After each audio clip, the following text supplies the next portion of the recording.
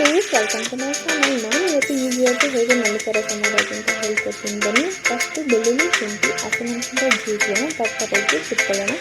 ಅದಾದಮೇಲೆ ಮೆಣಸು ಸ್ವಲ್ಪ ಹಾಕೊಂಡು ಅದು ಕೂಡ ತರಕಾರಿಗೆ ಕುಟ್ಕೊಂಡು ಒಂದು ಸೈಡ್ ಬಿಟ್ಟಿಟ್ಕೊಳ್ಳೋಣ. ನೆಕ್ಸ್ಟು ನಲ್ಲಿಕಾಯಿ ಕೂಡ ಸ್ವಲ್ಪ ಜಜ್ಕೊಳ್ಳೋಣ.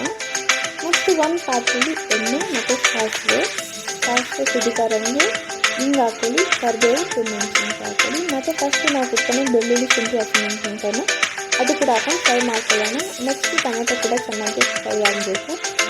ಅದಾದಮೇಲೆ ನಲ್ಲಿಕಾಯಿ ಹಾಕೊಂಡು ಚೆನ್ನಾಗಿ ಫ್ರೈ ಮಾಡ್ಕೊಳ್ಳೋಣ. ಚೆನ್ನಾಗಿ ಫ್ರೈ ಆದಮೇಲೆ ಅದನ್ನ ಎತ್ಕೊಂಡು ಒಂದು ಪಾತ್ರೆಗೆ ಹಾಕೊಂಡಾದ್ಮೇಲೆ ಅದಕ್ಕೆ ನೀರು ಫುಲ್ ಹಾಕೊಳ್ಳಿ, ಎಷ್ಟು ಬೇಕಷ್ಟು. ಅದಾದಮೇಲೆ ಉಪ್ಪು, ಕೊತ್ತಂಬರಿ.